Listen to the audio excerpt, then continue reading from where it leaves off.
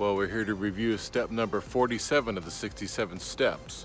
This one was called the 5% tweak, nothing janky, and when good enough is perfect. The paradox of perfectionism.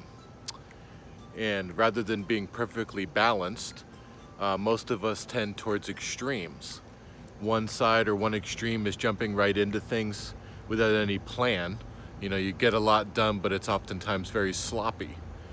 And the other extreme is the engineer type. You analyze and research things to death, but your plans never turn into action because you're a perfectionist. And the answer to this, the effective way, is to navigate between these two extremes right there in the middle. And life often involves us navigating shades of gray rather than absolute right or wrongs. You know, if a lion eats a gazelle in the savannas of Africa, we would say that that's a perfectly balanced biological ecosystem. But if that same lion escapes a zoo and mauls a kid, we'd say that that's a very bad situation. Same lion, different context. If you're a perfectionist, it can be a strength in certain areas and a hindrance in others. And the solution to the perfectionist is called the 5% tweak. And in a Navy SEAL manual called No Hero, they give some tips on rock climbing, and the suggestion when you're rock climbing is to only focus on your 3-foot world.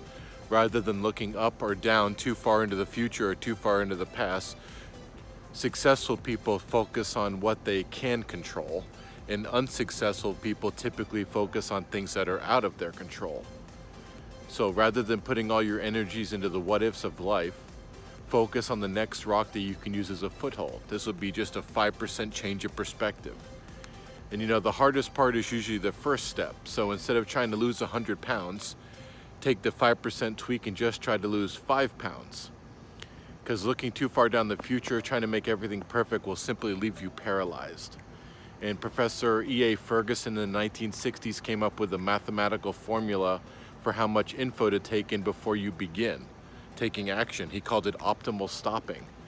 And Colin Powell calls it the 40% rule. He says when you have 40% information, start, take action, and then learn the rest along the way.